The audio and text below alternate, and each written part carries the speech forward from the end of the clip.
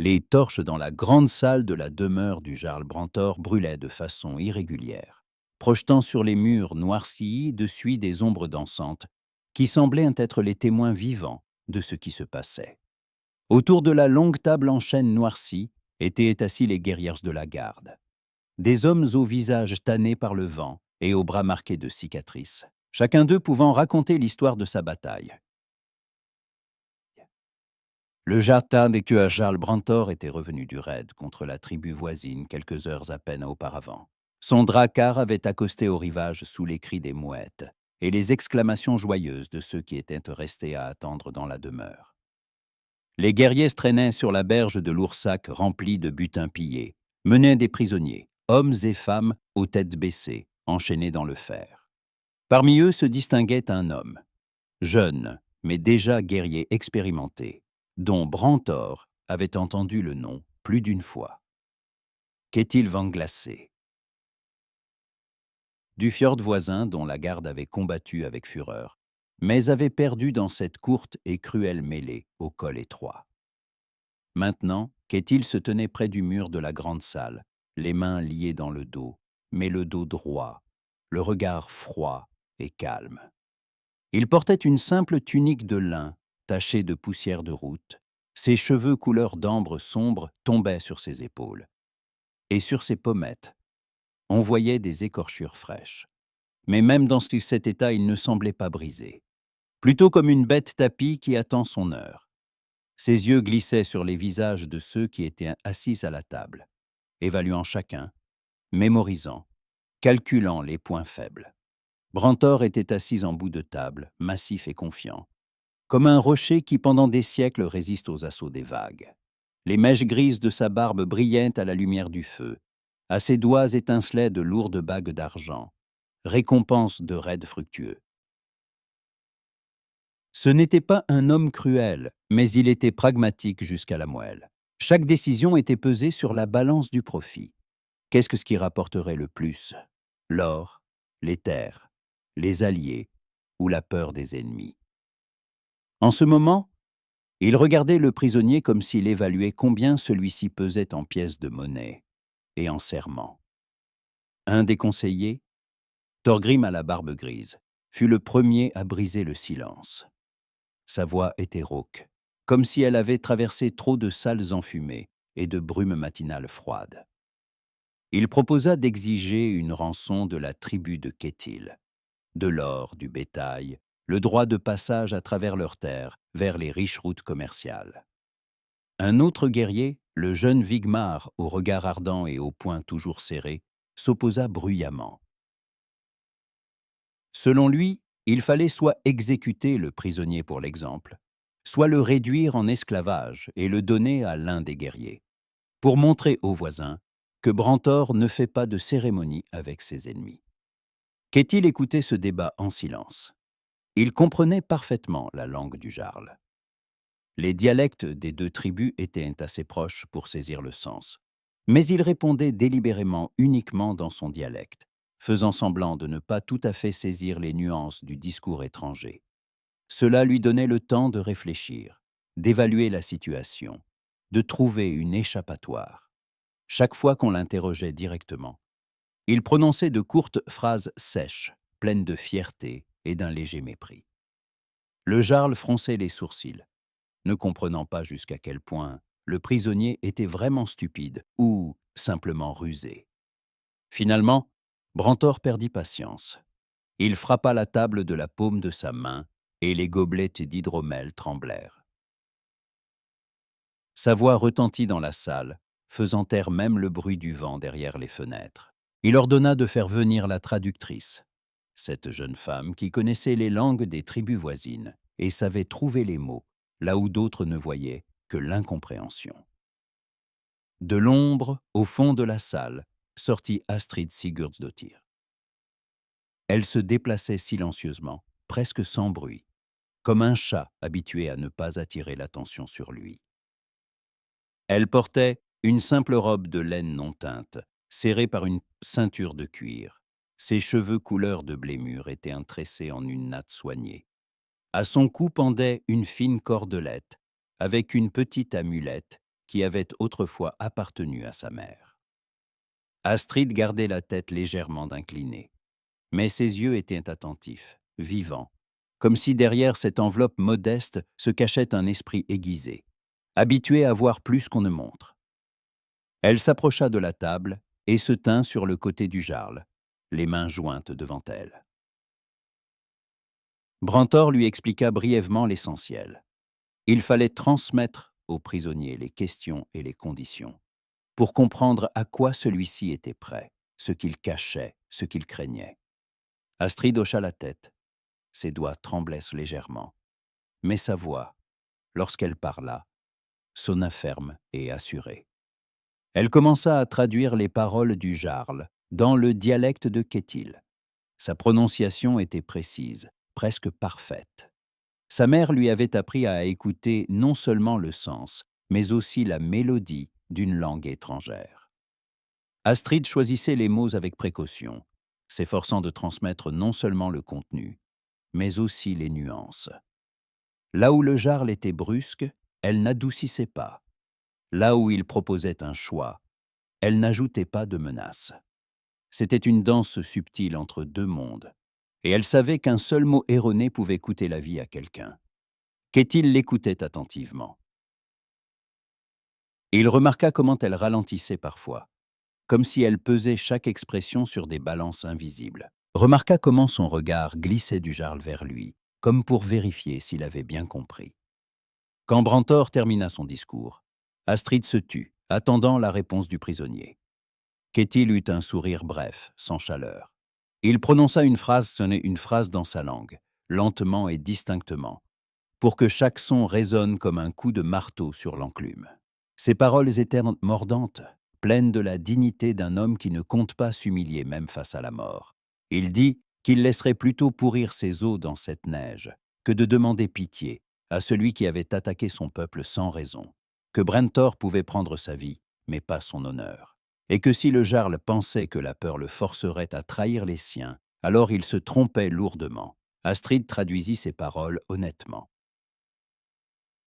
Elle n'essaya pas d'arrondir les angles, n'ajouta pas d'excuses, ne changea pas le ton. Sa voix était calme, mais on y sentait une force intérieure, comme si elle comprenait que la vérité était plus importante que le confort. Quand elle termina, un lourd silence s'abattit dans la salle. Plusieurs guerriers portèrent la main à la garde de leur épée, prêts à se jeter sur l'audacieux prisonnier. Vigmar bondit de sa place, son visage rougi par la colère, et il s'écria qu'il fallait corriger un tel insolent ici même, sous les yeux de tous. Mais Brantor leva la main, arrêtant l'élan du jeune guerrier. Ses yeux se plissèrent. Étudiant Kétil avec un intérêt nouveau. Le jarle n'était pas un imbécile. Il comprenait que la fierté pouvait être à la fois une faiblesse et une force. Un tel homme ne se briserait pas sous la torture, mais on pouvait l'utiliser autrement, comme une monnaie d'échange dans un grand jeu. Comme un otage dont le nom ferait réfléchir les voisins à deux fois avant de faire la guerre. Comme un symbole de pouvoir sur des terres étrangères. Il ordonna de conduire Kétil dans une chambre séparée dans l'aile nord de la demeure. Pas dans le trou sombre où l'on gardait que les prisonniers ordinaires, mais dans une petite pièce avec une fenêtre donnant sur le fjord. C'était un geste. Non de clémence, mais de calcul. Un otage de marque devait rester vivant et en bonne santé pour pouvoir être utilisé le moment venu. Quand on emmenait Kétil, son regard s'attarda un instant sur Astrid. Elle se tenait près de la table, toujours aussi silencieuse et discrète. Mais il y avait quelque chose dans ses yeux qui le fit réfléchir. Pas de la pitié. Il aurait méprisé la pitié, plutôt de la compréhension. Comme si elle voyait en lui non pas un ennemi ni un prisonnier, mais simplement un homme se trouvant dans une situation difficile.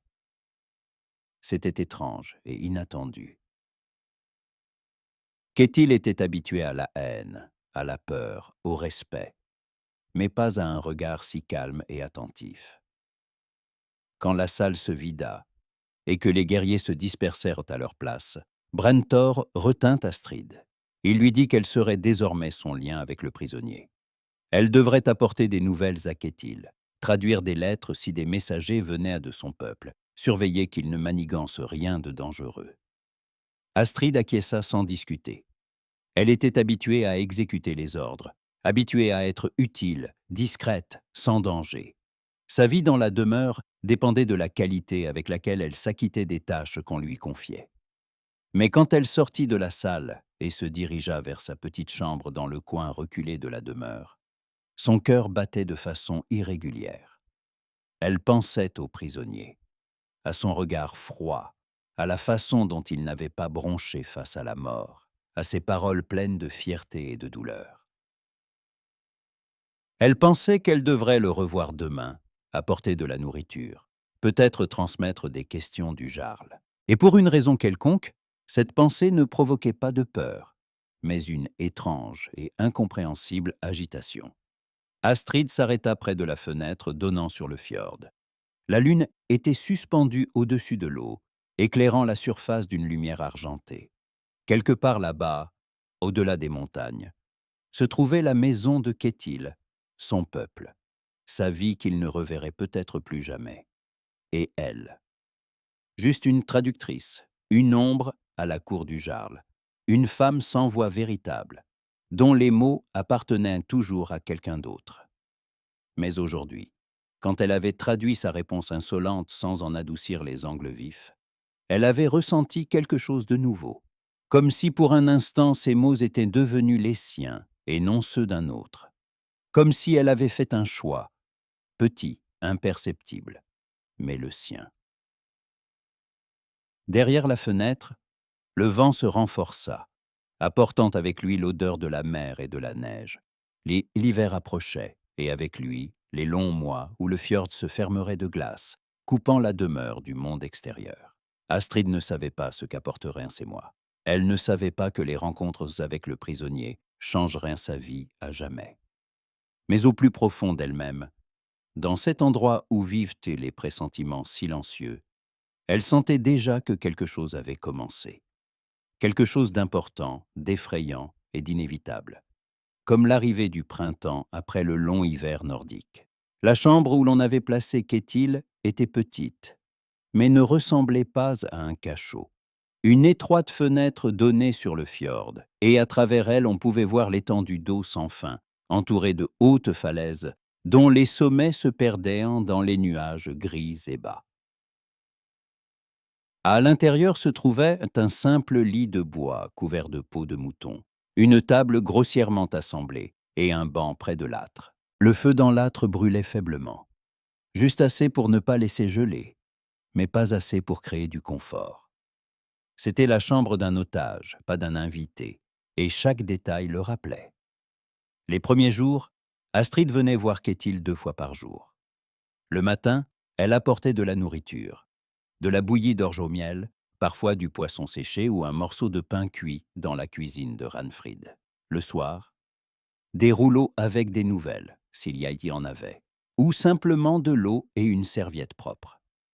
Chaque fois, elle entrait silencieusement, frappait à la porte bien qu'elle n'eût pas à le faire, et attendait qu'il l'autorise à entrer. Kétil se tenait habituellement près de la fenêtre, regardant le fjord ou assis près du feu, plongé dans ses pensées. Il répondait brièvement, avec retenue, comme si chaque mot lui coûtait un effort. Astrid ne voyait en lui qu'un mur froid derrière lequel se cachait quelque chose d'inaccessible et d'hostile. Elle y essayait de ne pas s'attarder. Elle accomplissait son travail rapidement et en silence. Posait la nourriture sur la table, disposait les rouleaux s'il fallait lire quelque chose à voix haute, et repartait sans attendre de remerciements. Des remerciements, d'ailleurs, il n'y en avait pas. Kétil la regardait comme si elle faisait partie de sa captivité, un prolongement du Jarl, la voix de ce monde qui lui avait ôté sa liberté. Et Astrid comprenait ce regard. Elle se sentait elle-même comme un instrument, une main étrangère qui écrivait des lettres qui n'étaient pas les siennes, et prononçait des mots qui n'étaient pas les siens. Mais un matin, quand elle apporta un nouveau rouleau avec des nouvelles d'un clan voisin, Kétil rompit le silence habituel. Il était assis près de l'âtre, tournant entre ses mains une figurine de bois, un petit cheval qu'il avait apparemment sculpté lui-même dans un morceau de bois trouvé dans la chambre. Ses doigts bougeaient avec assurance, familiarité, comme si la sculpture sur bois était pour lui non pas simplement un artisanat, mais un moyen d'apaiser ses pensées. Quand Astrid commença à lire le texte du rouleau, il l'interrompit soudain, parlant dans son dialecte rapidement, avec des expressions locales délibérées et des idiomes rarement utilisés dans le discours ordinaire. Astrid fut déconcertée. Elle était habituée à la traduction mesurée, à avoir le temps de réfléchir, de choisir les mots. Mais maintenant, Kétil semblait la mettre à l'épreuve, lançant phrase après phrase, insérant des jurons et des références à de vieilles sagas qu'elle pouvait ne pas connaître. Elle buta sur une expression, fronça les sourcils en essayant de se rappeler où elle avait entendu quelque chose de semblable. Puis elle admit honnêtement qu'elle n'avait pas tout à fait compris et demanda de répéter plus lentement. Kétil eut un sourire. Pour la première fois depuis tous ces jours. Le sourire fut bref, presque imperceptible, mais quelque chose d'humain, de vivant y passa. Il répéta la phrase, cette fois un peu plus lentement, et Astrid la traduisit en s'efforçant de saisir non seulement le sens, mais aussi la nuance. Quand elle termina, il hocha la tête, comme reconnaissant qu'elle avait raison. Puis il dit, la regardant dans les yeux, « Tu veux comprendre correctement. C'est rare parmi ceux qui traduisent les paroles des autres. Habituellement, les gens n'entendent que ce qu'ils veulent entendre. » Ces paroles qui les touchèrent quelque chose au plus profond d'Astrid. Elle répondit doucement, presque dans un murmure, mais fermement. Dans les mots se cachent souvent des couteaux. Je ne veux pas blesser quelqu'un accidentellement par une mauvaise traduction. Il me suffit de savoir que je peux faire du mal simplement par mon inattention. Kétil la regarda attentivement, comme s'il la voyait pour la première fois. Jusqu'à ce moment, elle n'avait été pour lui qu'une ombre, une silhouette sans visage, apportant nourriture et nouvelles. Mais maintenant, il remarqua comment elle fronçait le front quand elle réfléchissait, comment ses doigts tremblaient légèrement quand elle tenait un rouleau, comment dans sa voix résonnait non seulement l'obéissance, mais aussi une sorte de force intérieure. Il comprit que cette femme n'exécutait pas simplement des ordres. Elle réfléchissait, pesait, essayait d'être juste. Et c'était inattendu. Depuis ce jour, un premier pont fragile de confiance apparut entre eux. Kétil commença à parler davantage, à poser des questions non seulement sur les nouvelles, mais aussi sur la demeure elle-même. Qui étaient les principaux conseillers du Jarl? Qui parmi les guerriers que lui était loyal jusqu'au bout, et qui rêvait de son propre pouvoir? Quelles étaient les relations de Brentor avec ses voisins? Étaient-ils des alliés ou des partenaires temporaires prêts à trahir à la première occasion? Astrid répondait prudemment, sans trahir les secrets d'autrui, mais Kétil sentait qu'elle voyait les liens entre les gens au mieux que beaucoup de guerriers ne voyaient les points faibles dans la défense de l'ennemi. Progressivement, leurs conversations devinrent plus longues. Astrid commença à passer plus de temps avec lui, non seulement par ordre du Jarl, mais aussi parce qu'elle-même trouvait cela intéressant. Kétil n'était pas comme les hommes qu'elle avait rencontrés dans la demeure. Il ne criait pas, n'essayait pas d'intimider, n'exigeait rien. Il parlait calmement, posément, comme si chaque mot avait un poids et une signification. Parfois, il partageait ses inquiétudes, que son peuple était resté sans protection, que des ennemis pouvaient profiter de son absence, que les anciens de la tribu pourraient ne pas retenir les jeunes guerriers d'actes irréfléchis. Un jour, alors qu'il parlait de sa peur pour sa maison, Astrid proposa de façon inattendue une solution. Elle dit que la rançon en or n'était pas le seul moyen de négocier. On pouvait proposer au Jarl un partage des pâturages d'hiver qui se trouvaient à la frontière des deux terres. On pouvait créer une alliance commerciale qui rapporterait aux deux parties plus qu'un paiement unique. On pouvait trouver un compromis dans lequel personne ne perdrait la face, mais chacun obtiendrait un avantage. Kétil l'écoutait, et dans ses yeux s'alluma quelque chose de nouveau, de la surprise mêlée de respect. Cette femme silencieuse pensait stratégiquement, voyait non seulement le profit immédiat, mais aussi les conséquences à long terme. Elle ne cherchait pas la victoire à tout prix, mais une solution qui conviendrait à tous. C'était rare parmi ceux qui avaient grandi dans un monde où la force décidait plus que les mots. Kétil commença à éprouver pour elle, non pas simplement de la gratitude, mais un véritable respect. Il comprit qu'à côté de lui se trouvait une personne qui pouvait être utile non seulement comme traductrice, mais aussi comme conseillère. Mais tandis que leur conversation s'approfondissait, un mécontentement grandissait dans la demeure. Vigmar, le jeune guerrier au cœur ardent et avide de gloire, ne cachait pas son irritation. Il estimait que Kétil était traité avec trop de douceur, que le prisonnier devrait être assis dans les chênes et non dans une chambre avec vue sur le fjord. Vigmar en parlait ouvertement lors des festins, quand le jarl se retirait dans ses appartements, et ses paroles trouvaient un écho chez certains guerriers, qui ne comprenaient pas non plus pourquoi faire des cérémonies avec un ennemi. Un jour, Vigmar vit Astrid sortir de l'aile nord, où se trouvait la chambre de Kétil. Elle portait un pichet vide et un rouleau sous le bras, mais sur son visage se lisait une expression pensive que Vigmar trouva suspecte. Il l'interpella, sa voix résonnant avec causticité. « Notre traductrice, semble-t-il, passe trop de temps avec le prisonnier. N'as-tu pas le cœur trop tendre pour les ennemis, Astrid ?» Elle s'arrêta, mais ne se retourna pas. Elle continua simplement à marcher, faisant semblant de ne pas avoir entendu. Mais à l'intérieur, tout se serra de peur. Elle savait combien de tels mots étaient dangereux en un tel lieu. Une seule fausse accusation, un seul murmure qu'elle aidait de le prisonnier plus qu'elle ne le devait, et sa position dans la demeure deviendrait précaire. Et pour une femme sans famille, sans protecteur, cela pouvait signifier l'exil ou pire encore. Astrid arriva à la cuisine où Ranfrid l'attendait. Son amie remarqua immédiatement que quelque chose n'allait pas. Elle versa à Astrid une tasse de boisson chaude au miel et s'assit à côté d'elle, posant sa main sur son épaule. Ranfrid était de quelques années plus âgé qu'Astrid, avait vécu un mariage arrangé, perdu son mari lors d'un raid et dirigeait maintenant la cuisine de la demeure. Elle savait lire les gens, voir ce qui se cachait derrière le silence. Astrid lui raconta les paroles de Vigmar, cette peur qui commençait à grandir en elle chaque fois qu'elle allait voir Kétil. Ranfrid écouta attentivement, sans interrompre. Puis elle demanda directement : « Tu as peur pour lui ou pour toi ?»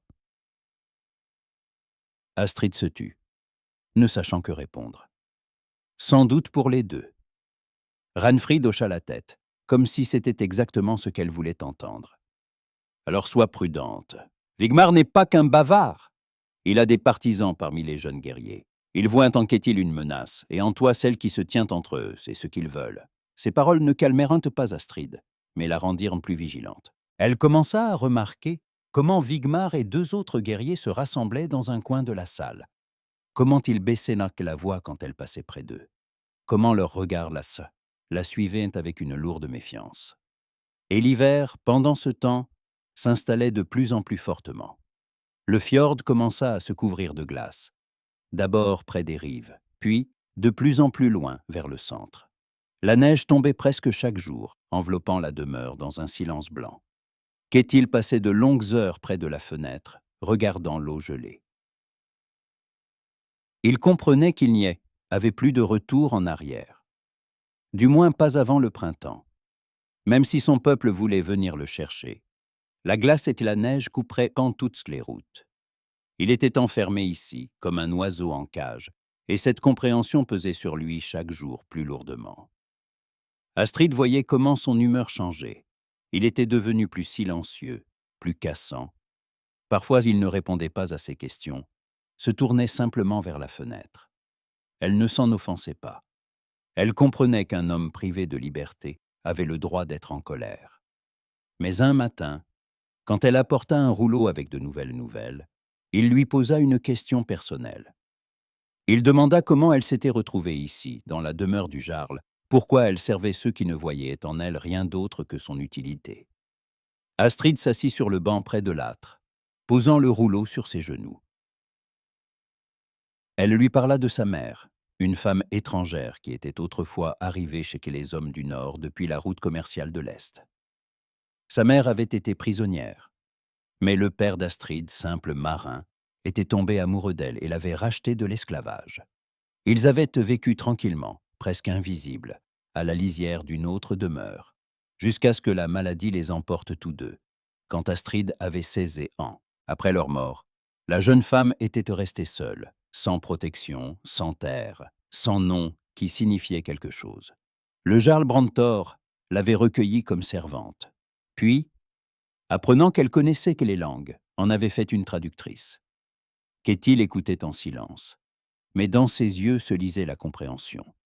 Lui aussi savait ce que c'était que d'être dépendant de la volonté d'autrui, même si c'était différent.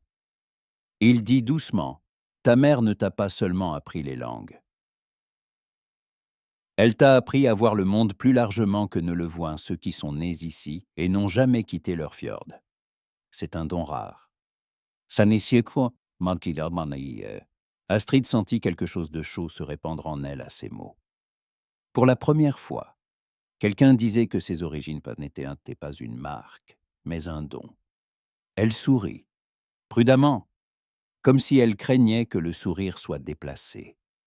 Kétil lui répondit par un sourire tout aussi prudent, et entre eux s'installa un silence. Non pas gêné, mais doux, presque confortable. Depuis ce jour, leurs conversations devinrent encore plus personnelles. Kétil commença à partager des souvenirs de son enfance. Comment son père lui avait appris non seulement à manier l'épée, mais aussi à comprendre les gens, à voir en chacun non pas simplement un guerrier ou un esclave, mais une personne avec ses espoirs et ses peurs. Comment sa mère lui racontait des sagas près de l'âtre, et il mémorisait chaque mot, sentant que dans ces vieilles histoires vivait quelque chose d'éternel qui liait les générations. Astrid écoutait, retenant son souffle. Elle imaginait cette maison près d'un autre fjord, cet âtre, ces voix qui étaient maintenant peut-être à jamais perdues pour Kétil.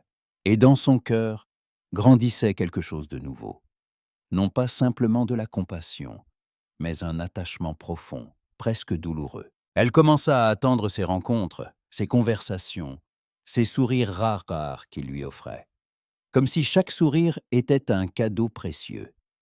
Kétil sentait aussi comment son attitude envers elle changeait.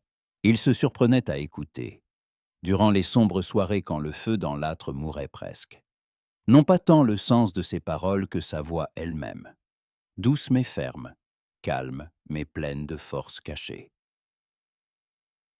Cette voix était devenue pour lui une ancre dans une mer d'incertitude, quelque chose de familier et de fiable dans un monde étranger et hostile. Mais au-delà des murs de leur petit refuge, le monde continuait d'avancer. Vigmar et ses partisans n'oubliaient pas le prisonnier. Ils se réunissaient le soir, discutaient de la façon dont ils pourraient se débarrasser de Kétil, de manière à ce que cela ressemble à un accident.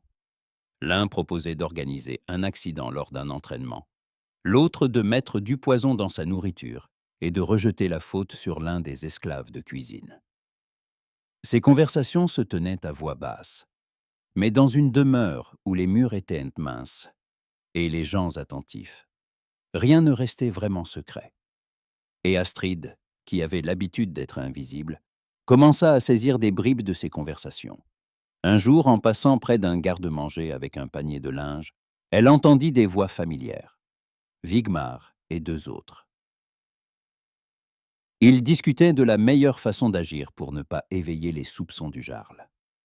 Astrid se figea, se pressant contre le mur, craignant de respirer. Quand les voix se turent et que les hommes se dispersèrent, elle courut à la cuisine, le cœur battant si fort qu'il semblait audible dans toute la demeure. Reinfrid vit son visage pâle et comprit immédiatement. Quelque chose de grave était arrivé. Astrid lui raconta ce qu'elle avait entendu, et son amie fronça les sourcils. Elle dit lentement, pesant chaque mot. « Si tu en parles au Jarl, Vigmar comprendra que quelqu'un écoutait, et tu es la seule qui pouvait être là à ce moment-là. Il ne te le pardonnera pas.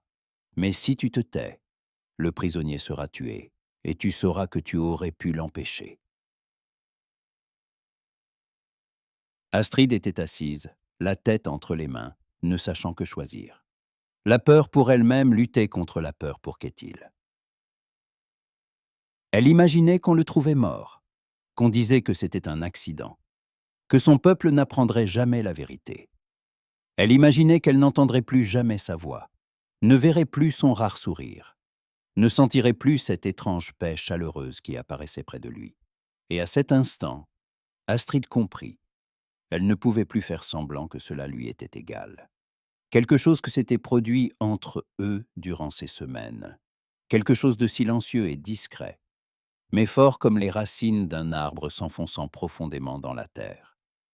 Elle était tombée amoureuse, pas d'une image de héros, pas d'une histoire romantique, mais d'un homme vivant, avec sa douleur, sa fierté, sa fatigue et ses rares moments de tendresse. La nuit, quand la demeure s'était plongée dans le sommeil, Astrid se glissa jusqu'à la chambre de Kétil. Elle devait le prévenir. Elle devait trouver un moyen de protéger celui qui était devenu pour elle plus qu'un simple prisonnier. Et quand elle frappa doucement à la porte, son cœur battait comme si elle se tenait au bord d'un précipice, prête à faire un pas vers l'inconnu. L'hiver serra le fjord dans un étau de glace, le transformant en une plaine figée sur laquelle on aurait pu marcher d'une rive à l'autre. La neige recouvrait d'une épaisse couche les toits de la demeure, étouffant les sons, rendant le monde plus silencieux et plus lent. Les jours devinrent courts, comme si le soleil lui-même était fatigué de ces terres nordiques, et se hâtait de disparaître derrière l'horizon, laissant les gens dans de longs crépuscules. Le froid pénétrait à travers les murs, malgré les âtres qui brûlaient, et chaque matin sur les fenêtres s'épanouissaient de curieux motifs de givre, semblables aux plumes d'oiseaux inconnus. Durant un tel hiver, la demeure de Brentor vivait sa vie repliée sur elle-même, coupée de toutes les routes. Les messagers ne venaient pas, les navires ne partaient un pas. Seule la fumée des âtres montait en fines colonnes, témoignant que la vie humaine palpitait encore ici. Les gens se rassemblaient dans la grande salle le soir, buvaient une boisson chaude au miel, racontaient de vieilles sagas, réparaient armes et matériels, se préparant pour le printemps qui semblait lointain, presque irréel. Kétil passait de longues heures près de sa fenêtre, regardant le fjord gelé. Il comprenait que le chemin du retour était maintenant fermé, jusqu'à ce que la glace fonde. Cette connaissance pesait sur lui comme un lourd fardeau. Chaque jour de captivité était un jour où son peuple restait sans protection, où des ennemis pouvaient profiter de son absence, où les anciens prenaient peut-être des décisions qu'ils n'auraient pas approuvées. Et il se sentait comme un homme attaché à un poteau, forcé de regarder sa maison brûler, sans pouvoir même tendre la main. La nouvelle qui arriva durant l'une de ces journées grises le frappa comme un coup d'épée. Astrid apporta un rouleau reçu d'un messager qui avait réussi à se frayer un chemin à travers les cols enneigés avant qu'il ne devienne complètement impraticable. La lettre était courte, écrite d'une main pressée. Elle disait que l'un des proches de Kétil, son ami d'enfance et fidèle guerrier nommé Styrbjörn, avait péri en tentant avec un petit détachement de se frayer un chemin vers la demeure du jarl pour négocier. Une tempête les avait surpris dans les montagnes. Puis une embuscade tendue par des hommes d'un clan hostile qui attendaient depuis longtemps le moment opportun pour attaquer la tribu affaiblie. Astrid lisait ces lignes d'une main tremblante, sentant comment chaque mot tranchait quelque chose de vivant. Elle savait que cette nouvelle serait terrible. Elle l'avait vue à l'écriture, à la façon dont le messager avait remis le rouleau sans la regarder dans les yeux. Quand elle termina, sa voix faillit se briser sur les derniers sèches mots.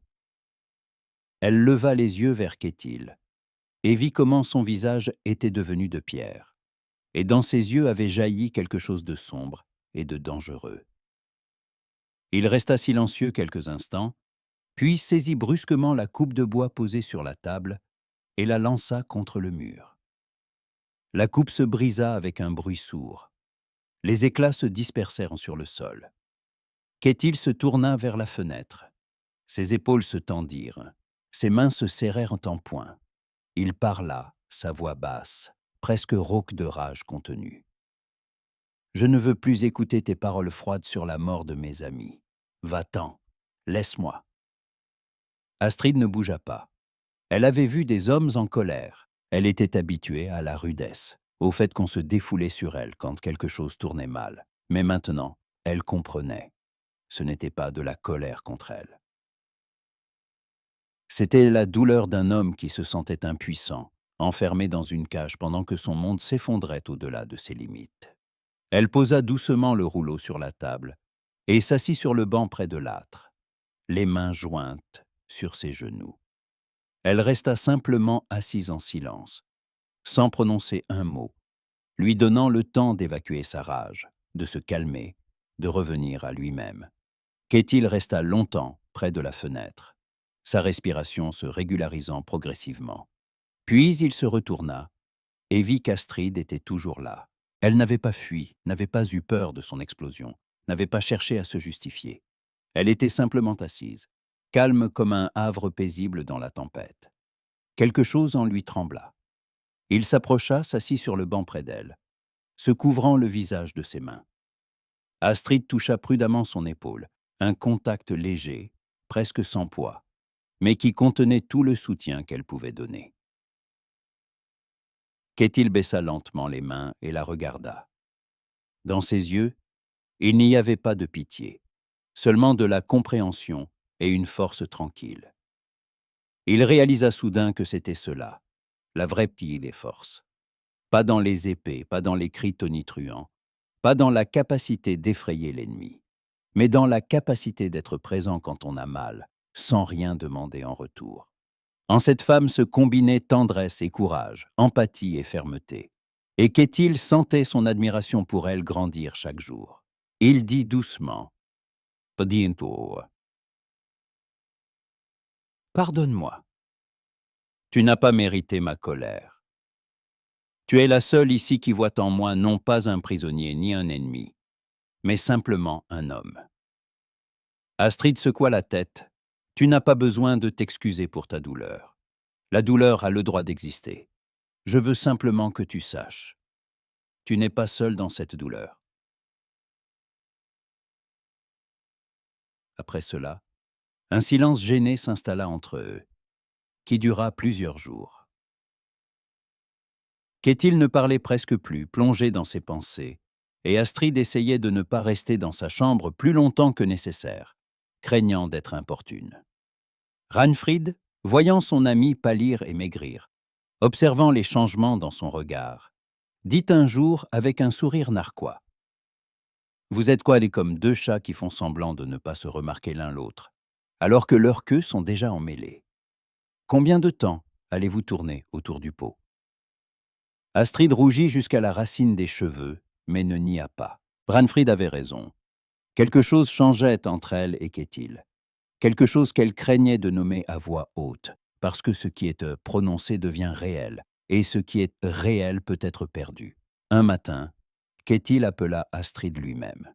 Quand elle entra, il se tenait près de la fenêtre. Mais cette fois, son visage n'était pas si sombre. Il se tourna vers elle et dit simplement, « J'ai besoin de te demander pardon. Pas pour ce jour où j'ai craqué. Ce pardon, tu l'as déjà reçu.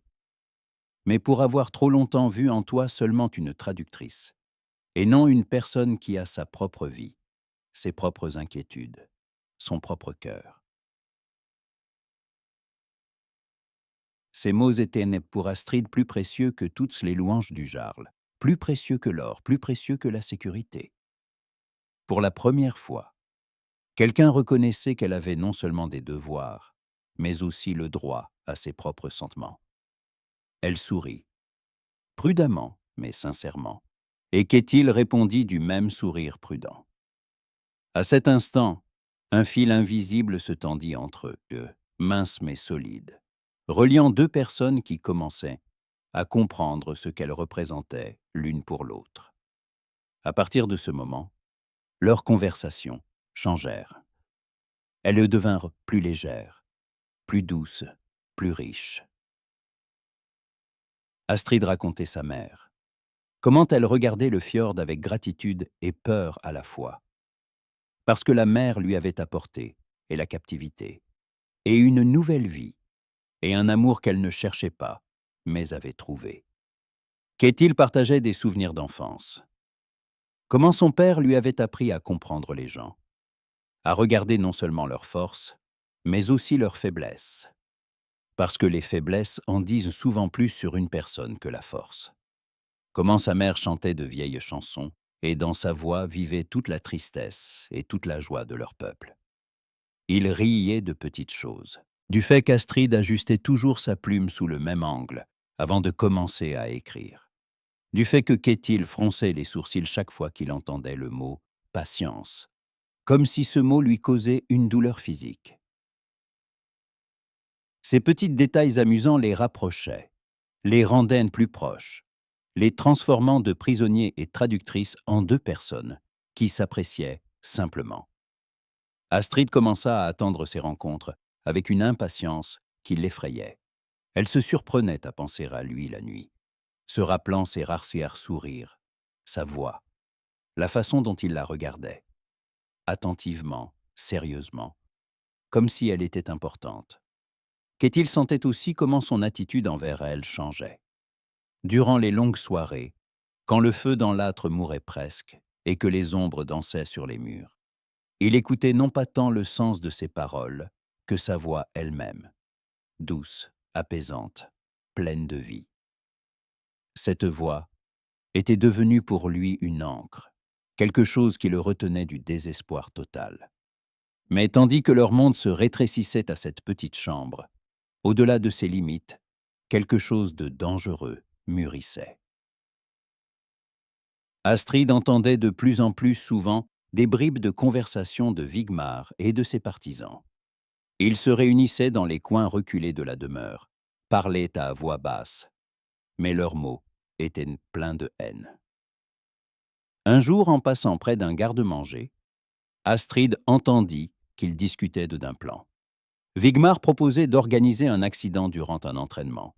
Le prisonnier pouvait glisser, se frapper la tête, et personne ne suspecterait un meurtre. Une autre voix proposait d'agir plus simplement. Mettre du poison dans la nourriture, rejeter la faute sur l'un des esclaves de cuisine. Astrid se pressa contre le mur, craignant qu'on l'entende. Son cœur battait si fort qu'il semblait audible dans toute la demeure. Quand les voix se turent et que les hommes se dispersèrent, elle courut à la cuisine où Ranfrid l'attendait. Son ami comprit immédiatement que quelque chose de grave était arrivé. Astrid lui raconta tout ce qu'elle avait entendu, et Ranfrid fronça les sourcils, réfléchissant à la situation. Elle dit lentement : « Si tu vas voir le jarl, Wigmar comprendra qui l'a dénoncé. Tu étais la seule à proximité à ce moment-là. Il ne te le pardonnera pas. Mais si tu te tais, le prisonnier sera tué, et tu sauras que tu aurais pu l'empêcher. Quel choix feras-tu » Astrid était assise, la tête entre les mains. La peur pour elle-même luttait contre la peur pour Kétil. Elle imaginait qu'on le trouvait mort, qu'on annonçait un accident, que son peuple n'apprendrait jamais la vérité. Elle imaginait qu'elle n'entendrait plus jamais sa voix, ne verrait plus son sourire, ne sentirait plus cette étrange paix chaleureuse qui venait près de lui. Et à cet instant, elle comprit. Elle ne pouvait plus faire semblant que cela lui était égal. Elle était tombée amoureuse. Silencieusement, progressivement, presque imperceptiblement pour elle-même. Mais c'était arrivé. La nuit, quand la demeure s'était plongée dans le sommeil, Astrid enfila un châle chaud et se glissa vers l'aile nord. Elle portait un rouleau dans ses mains pour avoir une excuse si quelqu'un la rencontrait. Devant la porte de Kétil, elle s'arrêta, rassemblant son courage, puis frappa doucement. Sa voix l'autorisa à entrer, et elle entra dans la chambre à demi obscure, où seules brûlaient les braises dans l'âtre.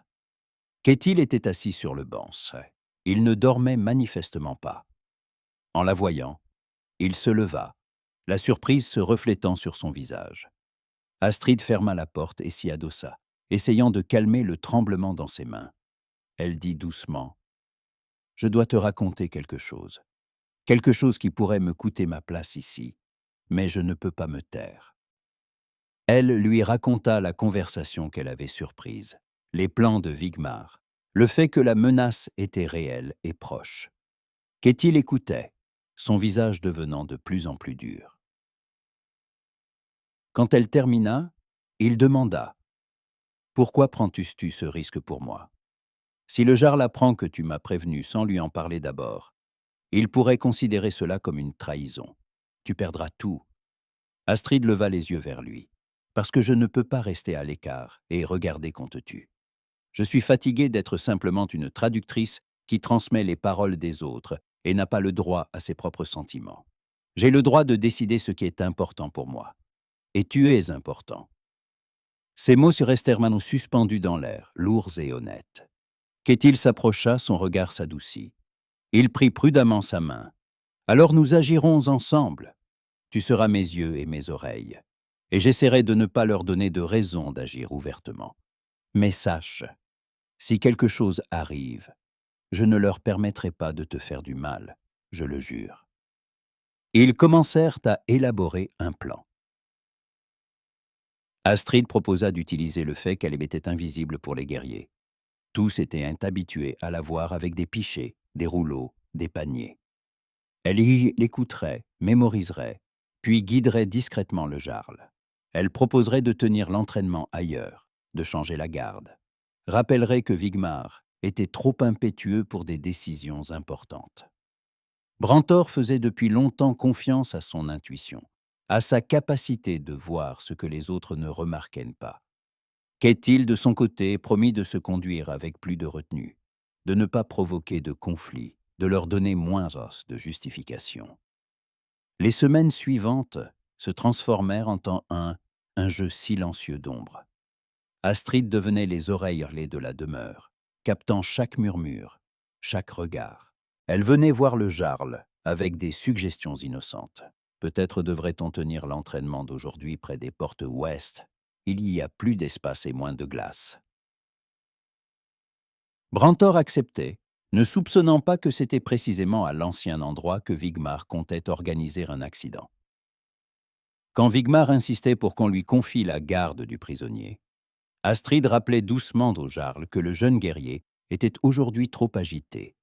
Mieux valait confier cela à quelqu'un de plus calme. Reinfrid aidait comme elle pouvait. Elle couvrait Astrid devant les autres, distrayait parfois elle-même les guerriers, par des conversations pendant qu'elle passait dans l'aile nord.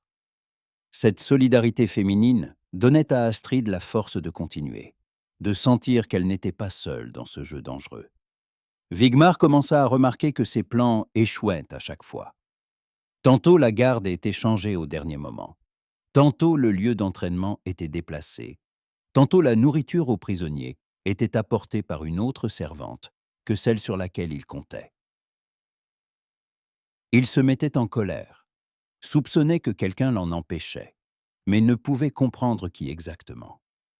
Ses regards sur Astrid devenaient de plus en plus lourds, plus méfiants, mais il n'avait aucune preuve. Et entre Astrid et Ketil, leur petite guerre pour sa vie tissait un nouveau lien. Non seulement romantique, mais aussi celui qui naît entre alliés dans une cause commune. Et ils se faisaient en confiance, comptaient l'un sur l'autre. Et cette confiance était le fondement de quelque chose de plus grand, que tous deux commençaient à ressentir, mais craignaient de prononcer à voix haute. L'hiver se poursuivait, la neige tombait et tombait, enveloppant le monde dans un silence blanc. Mais à l'intérieur de leur petit refuge, une chaleur grandissait. Non seulement du feu dans l'âtre, mais aussi de ce sentiment inexprimé qui croissait entre le prisonnier et la traductrice. Deux personnes de mondes différents, que le destin avait fait se rencontrer au plus froid de l'année. La fin de l'hiver arrivait lentement, comme si la nature elle-même ne voulait pas relâcher son emprise sur ces terres. Les jours devenaient un peu plus longs, le soleil montait plus haut au-dessus de l'horizon. Mais le froid tenait toujours fermement. La glace sur le fjord commença à noircir, à se couvrir de fissures à travers lesquelles apparaissait l'eau noire. Mais le véritable dégel était encore loin. La neige sur les toits de la demeure devenait lourde et humide, s'effondrant parfois vers le bas avec un bruit sourd effrayant ceux qui passaient à proximité. Durant ces semaines, Astrid et Ketil poursuivaient leur guerre silencieuse contre les conspirateurs.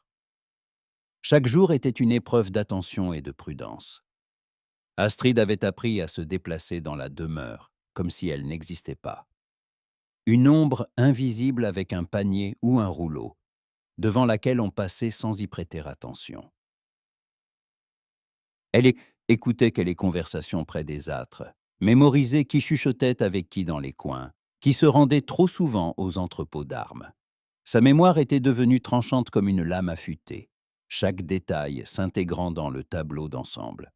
Wigmar, pendant ce temps, devenait de plus en plus méfiant et irritable. Ses plans échouaient à chaque fois, comme si quelqu'un d'invisible montait la garde autour du prisonnier. Il commença à surveiller qui pouvait le trahir. Son regard s'attardait sur les servantes, sur les jeunes guerriers, sur tous ceux qui avaient qu'un accès aux différentes parties de la demeure. Astrid sentait ce regard sur elle de plus en plus souvent, lourd et malveillant, mais continuait à jouer le rôle de l'inoffensive traductrice occupée uniquement par ses rouleaux et qui ne s'intéressait pas aux affaires des guerriers. Un soir, alors qu'Astrid revenait de la cuisine avec un pichet d'osseo pour Ketil, Wigmar lui barra le chemin dans un couloir étroit. Et il se tenait appuyé contre le mur de son épaule, les bras croisés sur la poitrine, le visage éclairé par la faible lueur d'une torche. Sa voix résonna moqueuse. « Tu passes beaucoup de temps avec le prisonnier, traductrice. Peut-être trop? Le jarl t'a chargé de transmettre des paroles, pas de réchauffer le lit d'un ennemi. » Astrid s'arrêta. Son cœur se mit à battre follement, mais elle se força à garder son calme. Elle regarda Wigmar droit dans les yeux, sans peur, bien qu'à l'intérieur tout se soit serré. « Je fais ce que le jarl m'a ordonné. Si tu as des questions sur mon travail, adresse-toi à lui, pas à moi. » Sa voix sonna plus ferme qu'elle ne s'y attendait, et cela sembla surprendre Wigmar. Il se redressa, ses yeux se plissèrent. Mais elle était déjà passée, sans se retourner, sentant des frissons parcourir son dos. Quand elle entra dans la chambre de Ketil, ses mains tremblaient si fort que Léa déborda du pichet. Ketil remarqua immédiatement son état, s'approcha, prit le pichet de ses mains et le posa sur la table. Il demanda doucement « Que s'est-il passé ?» Astrid raconta la rencontre à Fègre avec Wigmar, et le visage de Ketil s'assombrit. Il dit durement « Il se doute de quelque chose. Il faut être plus prudent. Je ne veux pas que tu souffres à cause de moi. » Astrid secoua la tête. « J'ai choisi ce chemin moi-même. Personne ne m'y a forcé. Et si quelque chose arrive, ce sera mon choix, pas ta faute. » Ketil la regarda longuement. Dans son regard, il y avait tant d'émotions qu'Astrid sentit quelque chose se serrer et s'ouvrir simultanément à l'intérieur. Il toucha prudemment sa joue. Ses doigts étaient en chaud, malgré le froid dans la chambre. « Tu es la personne la plus courageuse que j'ai rencontrée, et la plus têtue. » Elle sourit malgré la tension. On dit que l'entêtement, c'est quand tu fais ce qui semble stupide aux autres. Mais pour moi, c'est simplement ce qui me semble juste. Ils se tenaient proches, trop proches pour une traductrice et un prisonnier, trop proches pour des gens dont les mondes étaient séparés par la guerre et la glace. Mais à cet instant, toutes ces frontières semblaient fantomatiques, sans importance. Ranfrid continuait d'aider comme elle pouvait. Elle couvrait Astrid devant les autres servantes, engageait parfois délibérément des conversations avec les guerriers, détournant leur attention pendant qu'Astrid passait dans l'aile nord. Un soir, quand elles se retrouvèrent seules dans la cuisine, Ranfrid demanda directement « Tu comprends que tu es tombée amoureuse de lui et que cela ne mènera à rien de bon. Il partira au printemps, si tout se passe bien, et tu resteras ici. » Astrid resta longtemps silencieuse, regardant le feu dans l'âtre, puis répondit doucement « Je comprends, mais peut-on interdire au cœur de ressentir? Je savais dès le début que c'était un chemin sans issue. Mais au moins pour ce court instant, je me sens vivante. Pas simplement une ombre transmettant les paroles des autres, mais une personne qui a sa propre histoire. Ranfrid entoura les épaules de son ami. Alors vis cette histoire jusqu'au bout. Mais prends soin de toi. Le monde est cruel envers les femmes, qui choisissent avec leur cœur, plutôt qu'avec leur raison. Les jours s'écoulaient lentement, chacun semblable au précédent. Mais sous cette monotonie apparente, bouillonnait une vie invisible.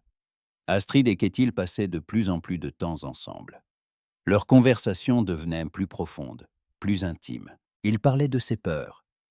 Non pas la peur de la mort, mais la peur de se révéler indigne de la confiance de son peuple. Le fait que son absence pourrait détruire ce que son père avait construit.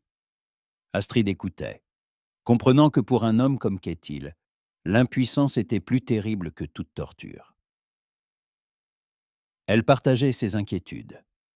Le fait qu'elle avait toute sa vie eu peur d'être remarquée. Parce que ceux qui sont remarqués deviennent en souvent des cibles. Que sa mère lui avait appris à être utile, mais invisible. Parce que c'était plus sûr.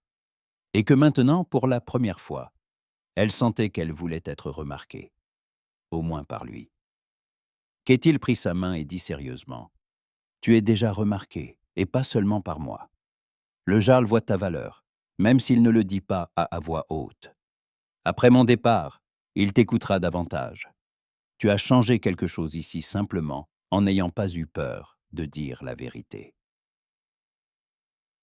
Une nuit, alors que la demeure dormait, Astrid vint voir Kétil avec une nouvelle qui changeait tout. Des rumeurs étaient parvenues jusqu'à la demeure. Des éclaireurs avaient aperçu des feux étrangers dans les montagnes.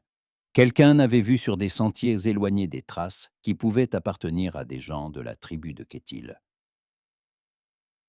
Ses alliés cherchaient apparemment un moyen d'entrer en contact avec lui, mais les routes s'étaient bloquées par la neige et la glace. Cela signifiait que les négociations deviendraient non possibles bientôt, dès que le vrai printemps arriverait. Kétil écoutait, et dans ses yeux s'alluma l'espoir. Le premier véritable espoir depuis tous ces mois. Mais avec l'espoir vint aussi la prise de conscience. Si les négociations réussissaient, il rentrerait chez lui, et cela signifiait la séparation d'avec Astrid. Ils le comprenaient tous deux, bien que aucun ne le prononce à voix haute. Pendant ce temps, le Jarl Brantor, ayant reçu les mêmes nouvelles, renforça la garde de la demeure. Il craignait que les alliés de Kétil tentent de le libérer par la force, ce qui détruirait tous les plans de négociation pacifique. Il rassembla ses plus proches conseillers et guerriers, expliquant que le prisonnier avait de la valeur vivant et en bonne santé, que toute tentative de lui nuire serait punie. Vigmar se tenait parmi les guerriers, avec un visage de pierre. Mais ses mains se serraient en poing. Il comprenait que le temps s'écoulait, que bientôt le prisonnier deviendrait hors de portée, protégé non seulement par les murs, mais aussi par les intérêts politiques du Jarl. On confia à Astrid une autre tâche, surveiller non seulement les nouvelles extérieures, mais aussi ce qui se murmurait dans la maison même du Jarl. Brantor commençait à soupçonner que quelqu'un parmi ses hommes était mécontent de ses décisions et voulait savoir qui exactement. Cela donnait à Astrid encore plus de pouvoir et rendait simultanément sa position plus dangereuse. Elle marchait maintenant sur la mince ligne entre la confiance du Jarl et la haine de ceux qui la considéraient comme une traîtresse à leurs intérêts. Un soir, Astrid entendit une nouvelle conversation qui fit se glacer son sang dans ses veines. Vigmar et deux de ses plus proches partisans s'étaient réunis dans l'un des garde-manger éloignés, et leurs paroles étaient pleines de détermination. Ils comprenaient que le temps était compté, qu'il fallait agir maintenant ou jamais. Vigmar dit qu'il était prêt à prendre le risque, tuer Kenwa le prisonnier et déclarer que c'était un accident, même si cela provoquait la colère du Jarl. Mieux valait subir une punition plus tard que de permettre à l'ennemi de partir vivant et libre. Astrid se tenait derrière le mur, pressée contre la pierre froide, craignant de bouger. Quand les voix se turent, elle se précipita vers Kétil. Elle fit irruption dans sa chambre, oubliant toute prudence, le visage pâle, les yeux grands ouverts. Kétil bondit. Que s'est-il passé ? Elle lui raconta tout. Les mots se bousculaient rapidement, confusément. Il écoutait, et son visage devenait de plus en plus grave. Puis il dit « Il faut prévenir le Jarl, maintenant. Ce n'est plus un jeu, c'est une menace réelle. » Astrid hocha la tête, mais la peur lui serrait la gorge. Si elle allait voir le Jarl maintenant, Vigmar comprendrait qui l'avait trahi, mais il n'y avait pas le choix. Ketil la prit par les épaules, la força à le regarder. « Je ne les laisserai pas te toucher. Je le jure sur tout ce qui m'est cher. Tu m'as sauvé la vie plus d'une fois. C'est maintenant mon tour de te protéger. » Ils allèrent ensemble aux appartements du Jarl. Astrid demanda aux gardes d'annoncer qu'elle avait une nouvelle urgente. Brantor les reçut, sombre et surpris. Quand Astrid raconta le complot, le Jarl resta longtemps silencieux, ses doigts tambourinant sur l'accoudoir de son fauteuil. Puis, il demanda à Ketil « Tu étais au courant ?» Ketil répondit honnêtement. « Astrid m'a prévenu il y a plusieurs semaines. Depuis, nous avons essayé d'être prudents. Mais maintenant, la menace elle est devenue directe. Vigmar est prêt à agir malgré les conséquences. » Brantor regarda Astrid. « Pourquoi n'es-tu pas venue me voir plus tôt ?» Elle répondit doucement, mais fermement, « Parce que j'avais peur que vous ne me croyiez pas, que vous considériez cela comme une invention du prisonnier, voulant semer la discorde parmi vos hommes.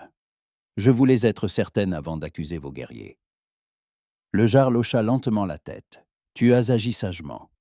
Mais maintenant, il va falloir agir. » Le lendemain matin, Brantor rassembla tous les guerriers d'Orthanlengers dans la grande salle. Sa voix était froide comme le vent d'hiver venant du fjord, quand il annonça qu'il avait appris l'existence d'un complot contre le prisonnier. Il ne nomma pas immédiatement les coupables, mais son regard s'arrêta sur Vigmar. Et le jeune guerrier pâlit. Le Jarl dit que toute tentative de nuire à Ketil serait considérée comme une désobéissance à sa volonté. Et la désobéissance était punie d'exil ou de mort.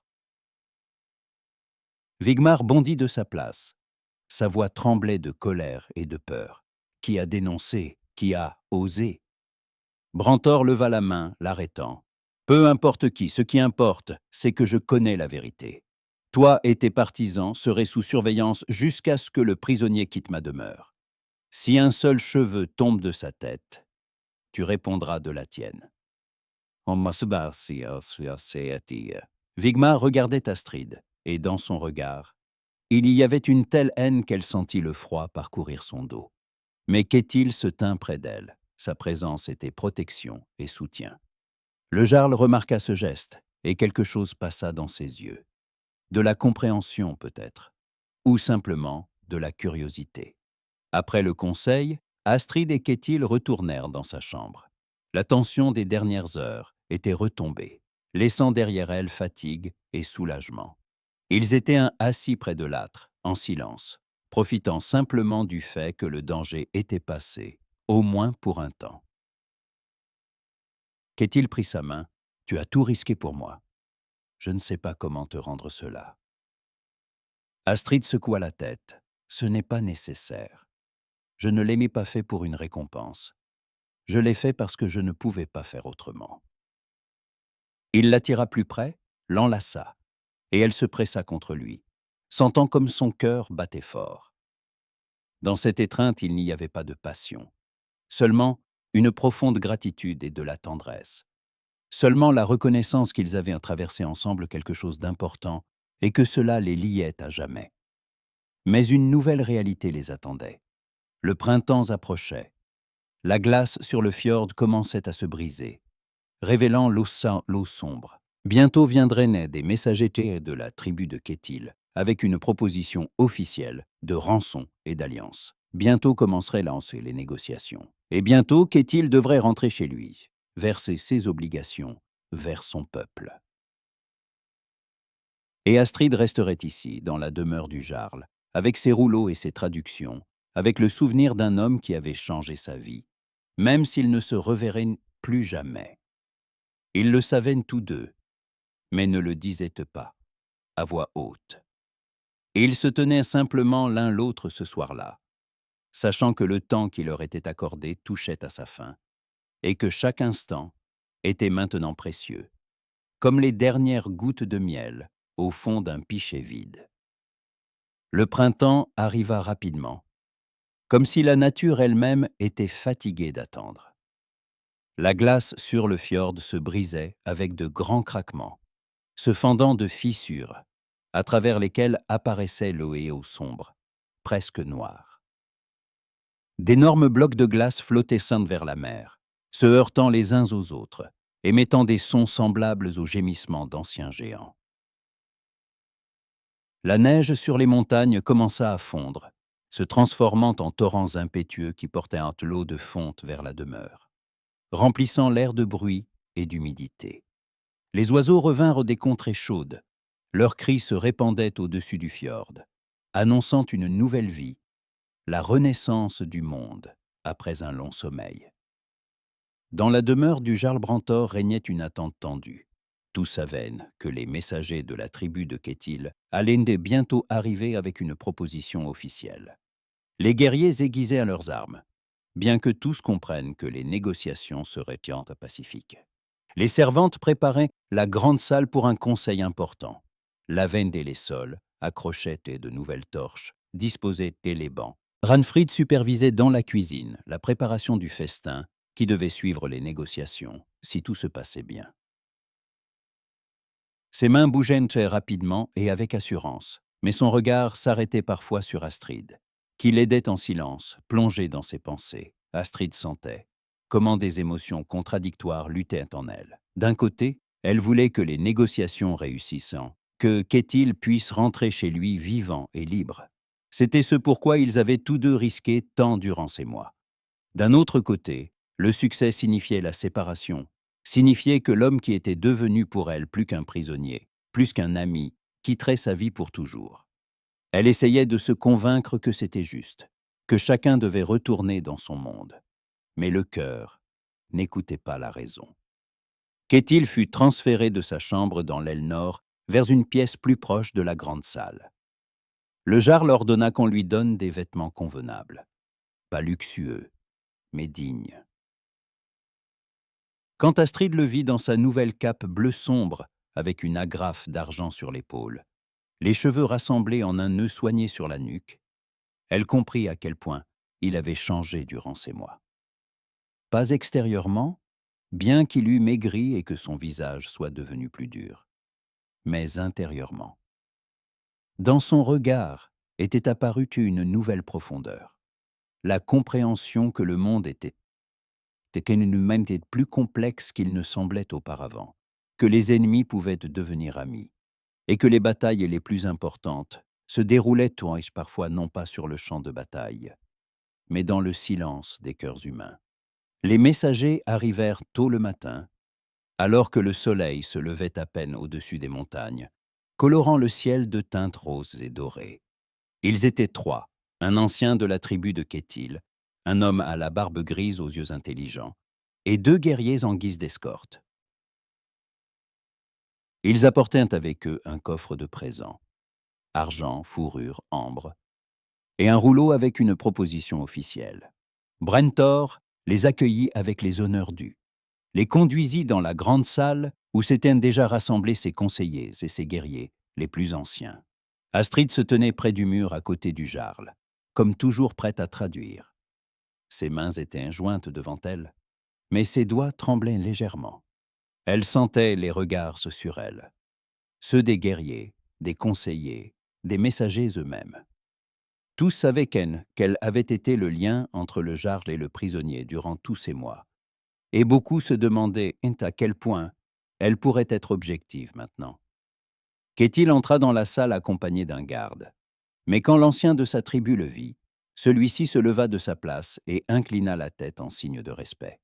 Ce geste en disait long. Kétil n'avait pas perdu son autorité aux yeux de son peuple, même en étant captif. Le jeune chef de guerre répondit d'un hochement de tête identique, son visage restant impassible. Mais Astrid remarqua comment un instant ses lèvres tremblèrent. Voir son peuple après tant de mois d'isolement était pour lui comme une bouffée d'air frais, après une longue période dans un espace confiné. Les négociations commencèrent lentement, prudemment, comme deux bêtes cornelardes qui tournent l'une autour de l'autre, évaluant la force de l'adversaire. L'ancien de la tribu de Kétil parlait posément, choisissant ses mots avec soin. Astrid traduisait son discours, s'efforçant de transmettre non seulement le sens, mais aussi l'intonation, respectueuse mais ferme. Les messagers proposaient une rançon, une quantité considérable d'argent, plusieurs fourrures précieuses et le droit d'utilisation commune des pâturages d'hiver à la frontière des deux terres. En échange, ils demandaient de libérer Kétil et de conclure un traité de non-agression pour une durée de 5 ans. Tcha. Brintor écoutait attentivement, ses doigts tambourinaient sur l'accoudoir de son fauteuil. Une habitude qu'Astrid avait appris à reconnaître comme le signe que le jarl réfléchissait. Il posait des questions, précisait les détails. Combien d'argent exactement? De quel pâturage parlait-on? Que se passerait-il si l'une des parties violait le traité? Astrid traduisait chaque mot, chaque nuance, sentant la tension dans la salle grandir à chaque minute. Certains guerriers de Brintor étaient un peu mécontents. Ils estimaient que le jarl pouvait exiger davantage, que le prisonnier valait plus. L'un des conseillers dit franchement que Kétil pouvait être utilisé comme otage permanent pour tenir la tribu voisine en laisse. Mais Brintor secoua la tête. Il comprenait qu'une captivité éternelle n'engendrerait que de l'hostilité, que tôt ou tard, les gens de Kétil tenteraient de le libérer par la force, et cela mènerait à une guerre qui dévasterait les deux fjords. À un moment, les négociations atteignirent une impasse. Brantor voulait plus de garanties, voulait des serments non seulement de l'Ancien, mais aussi de Kétil lui-même. Mais comment pouvait-il faire confiance au serment d'un homme qu'il avait retenu prisonnier? Comment pouvait-il être sûr que Kétil ne reviendrait pas avec une armée assoiffée de vengeance? La salle plongea dans un silence tendu. Tous attendaient à ce que le jarl dirait ensuite. Et alors Brantor prononça une phrase qui changea tout le cours du conseil. Il se tourna vers Astrid. Son regard était perçant, scrutateur. « Je ne crois pas les paroles de gens étrangers, mais je crois ceux qui travaillent un taille à mes côtés depuis des années. Dis-moi honnêtement, Astrid Sigurdsdottir, en tant que personne qui connaît ce prisonnier mieux que quiconque ici. Reviendra-t-il vers moi selon l'accord ou, à la première occasion, plantera-t-il un couteau dans mon dos? Tiendra-t-il sa parole? » La salle se figea. Tous les regards se tournèrent d'eau vers Astrid. Les guerriers, les conseillers, les messagers, Kétil lui-même. C'était une question dangereuse, un piège dont il n'y avait pas d'issue facile. N'importe quelle réponse pouvait coûter à quelqu'un sa vie ou sa liberté. Si elle disait qu'elle ne faisait pas confiance à Kétil, les négociations échoueraient, et il resterait prisonnier, peut-être pour toujours. Si elle te disait qu'elle lui faisait confiance et qu'il trahissait son serment, le déshonneur retomberait sur elle aussi, et sa parole ne signifierait plus rien. Astrid sentait son cœur battre follement dans sa poitrine. Ses mains étaient froides. Sa bouche était sèche. Elle leva les yeux vers Kétil, et leurs regards se rencontrèrent. Dans ses yeux, il n'y avait pas de supplication, pas de demande de mentir pour lui, seulement une acceptation calme. Il lui donnait le droit de décider, faisait confiance à son choix, quel qu'il soit. Cette confiance réchauffa quelque chose en elle, lui donna de la force. Elle se souvint de tous ces mois.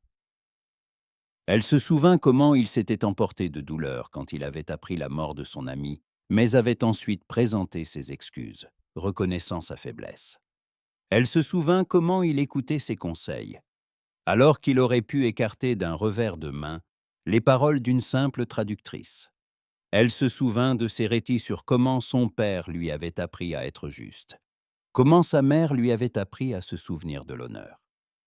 Elle se souvint de toutes les conversations, de tous les moments silencieux près de l'âtre, quand ils étaient simplement eux-mêmes, sans masque ni faux semblant. Astrid prit une profonde inspiration et parla. Sa voix résonna doucement, mais fermement. Chaque mot était mesuré, pesé. Cet homme était trop fier pour violer sa propre parole. S'il vous jure la paix, il s'y tiendra tant que vous ne la romprez pas vous-même. Je le sais non pas comme traductrice qui transmet les discours des autres. Je le sais comme personne qui l'a vu de l'intérieur, dans des moments où il ne jouait pas le rôle de chef de guerre ou de prisonnier, mais était simplement un homme. Je lui fais confiance. Les 3 derniers skemots résonnèrent comme un serment. La salle plongea dans un silence si complet qu'il semblait que même le feu dans l'âtre avait cessé de crépiter. Brantor regarda longuement Astrid. Son regard était perçant, comme s'il essayait de lire dans son âme, d'y trouver ne serait-ce qu'une ombre de mensonge ou de doute. Mais Astrid ne détournait pas les yeux, ne cachait pas son visage. Elle avait dit la vérité, et cette vérité était son choix, sa responsabilité. Finalement, le jarl hocha lentement la tête. Il se tourna vers Kétil. « Tu as entendu ce que cette femme a dit? Elle a misé sur toi son nom, sa réputation, peut-être sa vie. Si tu violes ton serment, le déshonneur tombera non seulement sur toi, mais aussi sur elle. J'espère que tu comprends cela. » Kétil hocha la tête. Sa voix résonna fermement. « Je comprends, et je donne ma parole. Si nous concluons cette alliance, je respecterai ses conditions tant que vous ferez de même. Mon honneur et l'honneur de mon clan en sont garants. » L'ancien de la tribu de Kétil ajouta « Notre peuple est fatigué des guerres. Nous voulons la paix. Nous voulons le commerce. Nous voulons que nos enfants grandissent en sécurité, et non dans l'attente du prochain raid. Cette alliance est dans l'intérêt des 2 parties. » Brantor réfléchit encore un instant, puis annonça « J'accepte votre proposition. La rançon sera acceptée. Le traité conclu. Kétil Vanglacé sera libre après que nous aurons scellé l'alliance par des serments et un accord écrit. Dans 1 an, nous mènerons une expédition commune contre un ennemi commun, pour montrer que notre alliance n'est pas que des mots vides. » La salle éclata en un bourdonnement de soulagement. Les messagers inclinèrent la tête en signe de gratitude. L'ancien posa la main sur son cœur. Les guerriers parlaient entre eux, certains avec approbation, d'autres encore avec doute. Vigmar se tenait près du mur du fond, son visage était pâle, ses poings serrés. Il regardait Astrid avec une telle haine qu'elle sentit le froid parcourir son dos. Mais Kétil se tint à côté d'elle.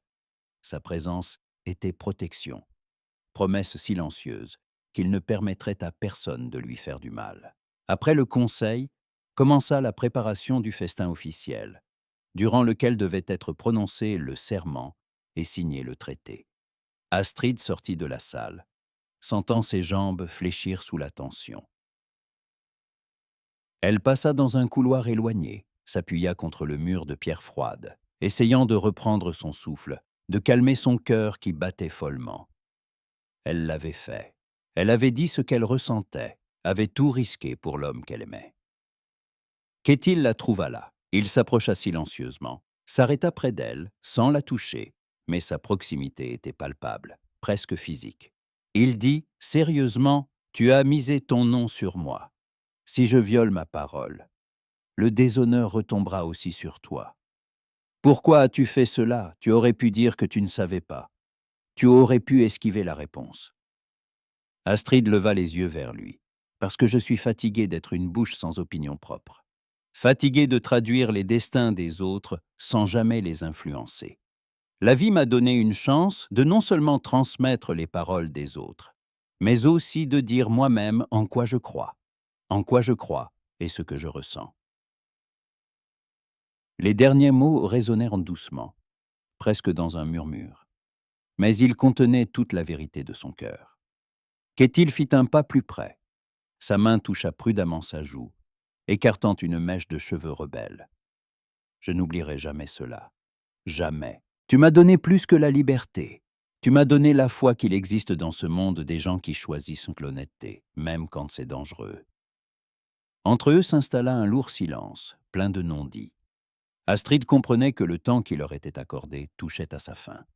Après le festin et les serments, Kétil devrait partir. Son peuple l'attendait, ses terres avaient besoin de lui. Et elle resterait ici, dans la demeure du Jarl, avec ses rouleaux et ses traductions, avec le souvenir d'un hiver qu'il avait changé à jamais. Elle voulait lui dire qu'elle l'aimait, que ces mois avaient été les plus importants de sa vie, qu'elle se souviendrait de chaque conversation, de chaque sourire, de chaque contact. Mais les mots restaient coincés dans sa gorge, parce que prononcés, ils rendraient la séparation encore plus douloureuse. Kétil sembla comprendre son silence. Il l'attira plus près, l'enlaça, et elle se pressa contre lui, sentant la chaleur de son corps, les battements de son cœur sous le tissu de la cape. Ils restèrent ainsi longtemps, sans prononcer un mot, se tenant simplement l'un l'autre, comme s'ils essayaient de mémoriser ce moment, de le conserver pour toutes les années à venir. Quand ils se séparèrent, finalement, Astrid retourna à la cuisine aider Ragnfrid. Son amie comprit tout d'un seul regard. Elle entoura les épaules d'Astrid sans poser de questions, offrant simplement un soutien silencieux. Le soir, dans la grande salle, eut lieu le festin. Les tables croulaient sous la nourriture. Viande rôtie, poisson, boisson au miel, pain fraîchement cuit. Les torches brûlaient vivement. Les musiciens jouaient des lyres et des flûtes, créant une atmosphère de fête. Brantor et Kétil étaient assis à la même table, non plus comme Jarl et prisonniers, mais comme deux dirigeants scellant une alliance. Ils échangèrent écoutant des présents, prononcèrent des serments devant témoins. Astrid consignait les termes du traité sur un parchemin. Sa main bougeait avec assurance, traçant les lettres clairement et joliment. Quand elle termina, les deux dirigeants apposèrent leur marque, et le traité fut scellé. Kétil devait quitter la demeure le lendemain matin. Astrid le savait, et cette connaissance serrait son cœur dans un étau. Mais elle souriait, participait au festin, traduisait les toasts et les discours, faisait semblant que tout allait bien. Seuls Ragnfrid et Kétil voyaient comment ses mains tremblaient quand elle versait le vin, comment son regard devenait vide un instant, comme si elle s'en allait quelque part à l'intérieur d'elle-même, là où elle pouvait se cacher de la douleur. Quand le festin touchait à sa fin et que les invités commençaient à se disperser, Kétil trouva Astrid dans un couloir à demi obscur. Il dit simplement « J'ai besoin de te parler, une dernière fois, avant que je parte. » Elle hocha la tête, et ils allèrent dans sa chambre, qui demain serait vide, deviendrait simplement une autre chambre vide dans la grande demeure. Là, près de l'âtre mourant, ils passèrent toute leur dernière nuit ensemble. Pas comme amants. Entre eux, il y avait encore des frontières qu'aucun n'osait franchir. Mais non comme deux personnes là qui savaient que cette nuit était tout ce qui leur restait. Ils parlèrent de tout et de rien, partagèrent des rêves qui peut-être ne se réaliseraient jamais, se remémorèrent des moments drôles qui s'étaient produits durant ces mois. Kétil avoua « J'ai pensé à toi non seulement comme à une alliée. Ta voix est devenue pour moi aussi familière que le bruit des vagues près de ma maison. Tu m'as appris à voir la force non seulement dans l'épée, mais aussi dans les mots, dans la patience, dans la capacité d'écouter. » Astrid répondit doucement. « Et ta présence m'a appris à parler non seulement avec les mots des autres, mais aussi avec les miens propres. Tu m'as dû donner la force d'être moi-même, de ne pas avoir peur d'être jugé pour cela. » Quand il toucha prudemment ses lèvres, ce n'était pas un serment d'amour éternel, ni un adieu définitif. C'était la reconnaissance qu'il y avait eu entre eux, quelque chose de vrai. Quelque chose qui ne dépendait pas des circonstances et des statuts. Quelque chose qui resterait avec eux, ou que la vie les emmène ensuite.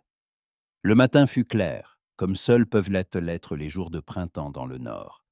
Quand l'air est transparent à en faire mal, et que le soleil, bien qu'il ne réchauffe pas vraiment, promet déjà la chaleur.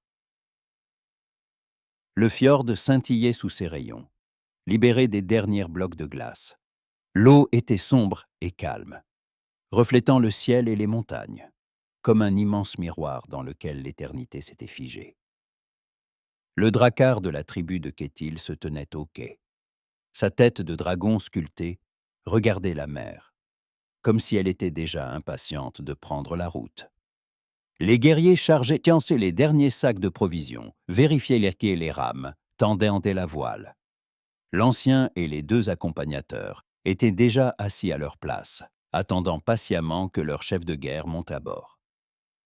Toute la demeure s'était rassemblée sur la rive. Les guerriers du Jarl, les servantes, même les esclaves, à qui on avait permis de sortir pour voir le départ. C'était un événement dont on se souviendrait longtemps. Le jour où se terminait l'hiver de captivité et où commençait le printemps de la paix. Astrid se tenait un peu à l'écart de la foule principale, près de Ranfrid. Son ami lui tenait la main, la soutenant en silence. Astrid n'avait pas dormi de la nuit. Ses yeux étaient en rouge de fatigue et de larmes retenues, mais elle tenait bon. Elle avait mis sa plus belle robe, vert sombre, que sa mère avait brodée pour elle il y avait longtemps, avait tressé ses cheveux en une natte serrée, à son cou, cette même amulette qu'elle portait toujours. Elle voulait que Kétil se souvienne d'elle non pas échevelée et en pleurs, mais comme elle était devenue durant ces mois, forte, digne, capable de se tenir droite, même quand le cœur se brise. Brantor sortit de la demeure, accompagné de ses plus proches conseillers. Il s'approcha de Kétil, et ils échangèrent leurs derniers ces mots, formels, mais non dénués de respect.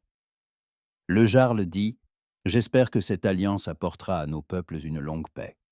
Et souviens-toi, je veillerai à ce que le serment soit respecté des 2 côtés. » Kétil hocha la tête. « Moi aussi. Nous gagnerons tous 2 plus de la paix que de la guerre. C'est ce que j'ai compris durant cet hiver. » Brantor se tourna vers Astrid. Son regard était attentif, évaluateur. « Tu m'as bien servi durant tous ces mois. Ta parole s'est révélée plus lourde que bien des épées. Désormais, quand viendront des messagers des voisins, je demanderai non seulement la traduction, mais aussi ton avis. Tu as mérité ce droit. » Astrid inclina la tête en signe de gratitude, mais ne put prononcer un mot. Sa gorge se serra si fort que même respirer devint difficile. Kétil marcha lentement vers le navire, mais s'arrêta à mi-chemin et se retourna. Son regard trouva Astrid dans la foule. Il fit quelques pas dans sa direction, et les gens s'écartèrent, le laissant passer. Quand il s'arrêta devant elle, le monde entier sembla se rétrécir à eux 2. Le bruit de l'eau, les cris des mouettes, les conversations des gens, tout recula à l'arrière-plan. Il dit doucement pour qu'elle seule entende. « Je ne sais pas faire de beaux adieux. Je ne sais pas quoi dire à un tel moment. » Astrid secoua la tête. « Alors ne dis rien. Sache simplement que cet hiver a été la période la plus importante de ma vie. Tu m'as donné ce que je n'avais jamais eu, la foi en moi-même, le fait que mes mots peuvent changer quelque chose. » Kétil tendit la main et toucha prudemment son visage, essuyant une larme qui avait tout de même roulé sur sa joue, malgré toutes ses tentatives de se retenir. « Si le monde était différent, si je n'avais pas d'obligation envers mon peuple, je te demanderais de partir avec moi. Mais je ne peux pas te demander de quitter ta maison, ta vie pour l'incertitude. » Astrid sourit à travers ses larmes. « Et je ne peux pas te demander de rester, sachant que ton peuple a besoin de toi. Nous savions tous 2 dès le début que c'était un chemin sans issue, mais je ne regrette aucun jour passé près de toi. » Il se pencha et embrassa son front, longuement, tendrement, comme un adieu et comme une promesse à la fois. Puis il se retourna et marcha rapidement vers le navire, sans se retourner davantage, parce que se retourner aurait signifié laisser libre cours aux émotions qu'il retenait avec tant de difficulté. Kétil monta à bord, prit place au Gothaïr, au gouvernail. Les guerriers repoussèrent le drakkar du quai, les rames le plongèrent dans l'étang, et le navire commença lentement à naviguer vers la sortie du fjord. Astrid restait sur la rive, le suivant du regard, jusqu'à ce que le navire devienne un petit point à l'horizon, jusqu'à ce que la voile disparaisse derrière le tournant des falaises. C'est seulement alors qu'elle se permit de pleurer, doucement, sans sanglots. Simplement les larmes coulaient sur ses joues, emportant avec elles toute la douleur de la séparation. Ranfrid l'entoura de son bras et murmura : « Il reviendra, ces hommes-là tiennent toujours parole. Peut-être pas demain, peut-être pas dans un mois, mais il reviendra. » Astrid ne croyait pas ces paroles, mais voulait y croire. Elle voulait penser que leur histoire ne s'était pas terminée pour toujours, que quelque part dans l'avenir, leurs chemins se croiseraient à nouveau. Mais pour l'instant, elle continuait simplement à vivre, jour après jour, accomplissant ses devoirs, essayant de ne pas penser à quel point l'aile nord de la demeure était devenue vide, à quel point cette chambre où ils passaient de longues soirées d'hiver était silencieuse. Le printemps fit place à l'été, l'été à l'automne. La vie dans la demeure suivait son cours. Brantor commença effectivement à écouter la vie d'Astrid plus souvent. Quand venaient des messagers, il ne demandait pas simplement de traduire les paroles, mais aussi ce qu'elle pensait des intentions des envoyés. Si on pouvait leur faire confiance, quelles conditions seraient avantageuses pour les deux parties? Astrid découvrit qu'elle avait un talent pour cela, pour lire entre les lignes, pour comprendre ce que les gens cachaient quand derrière les phrases polies. Elle commença à enseigner l'écriture à plusieurs jeunes filles, les filles d'hommes libres qui voulaient que leurs enfants sachent lire et écrire. Astrid les rassemblait le soir dans la cuisine de Ranfrid, où il faisait chaud et clair, et leur apprenait à assembler les lettres en mots, les mots en phrases. Elle leur racontait des sagas, expliquait combien il était important de préserver les histoires, parce que dans les histoires vivait la mémoire du peuple, son âme. Pour elle-même, Astrid commença à écrire une saga, non pas sur commande du jarl, mais pour elle. Elle écrivait sur l'hiver où un chef de guerre captif et une traductrice sans nom s'étaient sauvé la vie mutuellement et avaient sauvé 2 fjords d'une guerre sanglante. Elle écrivait sur comment les mots pouvaient être plus forts que les épées, comment l'honnêteté pouvait changer le destin, comment l'amour pouvait exister même là où, semblait-il, il n'avait pas sa place. Cette saga devenait sa consolation, son moyen de préserver ce qui avait été entre eux, de ne pas laisser cela disparaître sans laisser de traces. Une année passa, l'automne colora à nouveau les montagnes de teintes d'or et de pourpre. Le fjord se préparait pour l'hiver. Astrid était assise dans sa petite chambre, finissant la dernière page de la saga. Sa main traçait les lettres soigneusement, joliment, comme sa mère le lui avait appris. Quand elle mit le dernier point, derrière la fenêtre retentit le cri de la sentinelle. « Navire, voile familière !» Le cœur d'Astrid fit un bond. Elle bondit, se précipita à la fenêtre. À l'horizon apparut effectivement un drakkar avec une tête de dragon sculptée à la proue. Ce même navire qui avait emmené Ketil un an auparavant. Astrid se tenait à la fenêtre, incapable de bouger, ne croyant pas ce qu'elle voyait. Peut-être était-ce une illusion d'optique, peut-être simplement un navire similaire. Mess Reinfried fit irruption dans la chambre, son visage rayonnant. « Astrid, c'est lui, Ketil est revenu. Vite, prépare-toi, allons sur la rive. » Astrid se regarda. Vieille robe de travail, cheveux en désordre, taches d'encre sur les doigts. Elle commença à se mettre en ordre, mais son ami l'arrêta. « Peu importe ton apparence. Ce qui importe, c'est que tu sois là. Allons-y. » Elles coururent vers la rive où une foule se rassemblait déjà. Le jarl sortit de la demeure, surpris mais non inquiet. Le navire approchait lentement, sans signe d'hostilité. Le drakkar accosta, et Ketil en descendit accompagné de plusieurs guerriers et anciens de sa tribu. Et ils apportaient des présents, fourrure, ambre, argent. Signe que l'alliance était respectée. Brantor les accueillit avec honneur, échangea des salutations. Ketil rapporta qu'il était prêt pour l'expédition commune, comme convenu un an auparavant. Ils discutèrent des détails, des délais, des itinéraires. Mais tout ce temps, Le regard de Ketil cherchait quelqu'un dans la foule. Et quand il trouva finalement d'Astrid, se tenant à l'écart, son visage s'illumina de ce même rare sourire dont elle se souvenait si bien. Quand la partie officielle fut terminée et que les invités entrèrent dans la demeure pour les négociations, Ketil s'attarda. Il s'approcha d'Astrid, et entre eux ressurgit ce même silence plein de non-dits. Il parla, et sa voix résonnait dans sa langue à elle. Il l'avait apprise durant l'année de séparation. Chaque mot, chaque intonation. Je suis venu demander au Jarl une autre alliance. Une alliance dans laquelle tu ne seras pas traductrice entre nos mondes, mais parleras pour toi-même et à mes côtés, si tu es d'accord.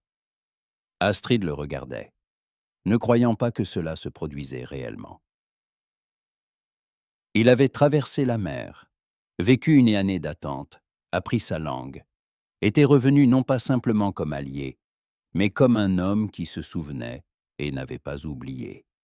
Elle demanda, essayant de garder une once de bon sens. « Et ton peuple? Accepteront-ils une étrangère, fille de servante, qui n'a ni richesse ni noble lignage ?» Ketil secoua la tête. Ils accepteront une femme qui a sauvé la vie de leur chef de guerre, qui a aidé à conclure la paix entre deux fjords. Les anciens m'ont eux-mêmes demandé de te ramener, si tu acceptes. Ils veulent que tu enseignes l'écriture à nos enfants, que tu aides dans les négociations avec les voisins. Mais surtout, je veux que tu sois à mes côtés. Non pas comme traductrice, non pas comme conseillère, mais simplement comme la personne que j'aime. Les ces mots, il les prononça doucement, mais fermement. Astrid sentit son cœur se remplir de quelque chose de chaud, de lumineux, qu'elle n'avait pas ressenti depuis longtemps. Elle sourit, librement, sincèrement. J'accepte, mais seulement si tu promets que tu écouteras mes mots aussi attentivement que tu les écoutais alors, en captivité. Ketil rit, fort, joyeusement. Je promets. Tu m'as appris que les mots peuvent être plus forts que les épées, et je ne compte pas oublier cette leçon. Brintor, apprenant les intentions de Ketil, ne s'opposa pas. Au contraire, il dit à Astrid, « Tu as mérité ton bonheur, et cette alliance sera un autre fil liant nos peuples. Va en paix. » Reinfrid pleura de joie. Serrant son ami dans ses bras, « Je te l'avais dit qu'il reviendrait. Visereuse, souviens-toi de moi. » Quelques jours plus tard, Astrid rassembla ses quelques affaires, quelques robes, l'amulette de sa mère, et le rouleau avec la saga qu'elle avait écrite durant cette année. Elle dit adieu à la demeure où toute sa vie s'était déroulée, aux gens qui étaient devenus sa famille.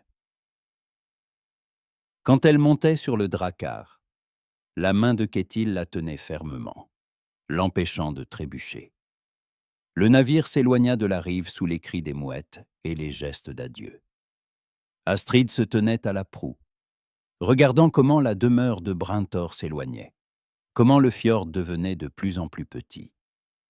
Ketil l'entoura de son bras, et elle se blottit contre lui, sentant qu'elle avait enfin trouvé sa place dans le monde. Un lieu où ses mots importaient, où elle était aimée non pas pour son utilité, mais simplement parce qu'elle existait.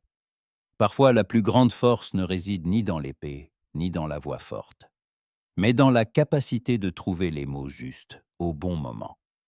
Astrid avait commencé comme une ombre traduisant les destins des autres, mais avait appris à parler pour elle-même et avait changé le cours de l'histoire de deux tribus. Ketil avait été prisonnier, mais avait trouvé la liberté non par l'évasion, mais par l'honnêteté et la volonté d'écouter.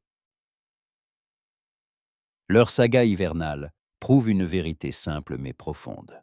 Les vrais changements ne commencent pas par la guerre, mais par le dialogue, non par la conquête, mais par la compréhension. Dans un monde où la force de l'épée décidait souvent tout, ces deux personnes montrèrent une autre voie. Astrid avait toute sa vie eu peur d'être remarquée, avait caché son propre avis derrière les mots des autres, s'était considérée indigne de parler en son propre nom. Mais quand vint le moment du choix, elle n'eut pas peur de tout risquer pour la vérité en laquelle elle croyait. Elle mit en jeu son nom, sa réputation, peut-être sa vie. Et ce choix changea non seulement son destin, mais aussi les destins de centaines de personnes qui auraient pu mourir dans une guerre entre fjords.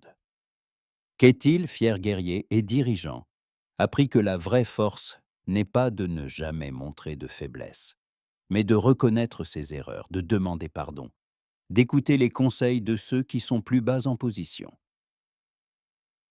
Il vit dans l'humble traductrice non pas simplement un instrument, mais une personne à l'esprit vif et au cœur bon, dont l'opinion s'avéra plus précieuse que l'or. Leur histoire rappelle que le véritable amour et le respect que se construisent non sur des serments retentissants, mais sur de petits moments honnêtes. Quand tu es prêt à écouter, comprendre, soutenir. Quand tu vois dans l'autre personne non pas un instrument ou un trophée, mais un égal. Quand tu es prêt à partager non seulement les joies, mais aussi les peurs, non seulement les victoires, mais aussi les doutes. L'histoire d'Astrid et de Ketil nous enseigne que le courage prend différentes formes. Parfois, il consiste à se jeter dans la bataille, et parfois à se tenir devant une salle remplie de guerriers et à dire la vérité, sachant que cette vérité peut te coûter tout, que le compromis n'est pas de la faiblesse, mais de la sagesse. Qu'écouter ne signifie pas se soumettre, mais respecter l'expérience et la vision du monde de l'autre. Et surtout, leur saga rappelle que nous sommes tous capables de changer notre vie, si nous trouvons en nous le courage de parler de notre propre voix. Il n'est pas nécessaire d'être noble, riche ou fort pour changer le monde autour de soi. Il suffit d'être honnête, attentif et prêt à risquer pour ce en quoi on croit. Parce que ce sont précisément ces décisions, prises dans le silence du cœur humain, qui changent non seulement ton destin, mais aussi les destins des peuples.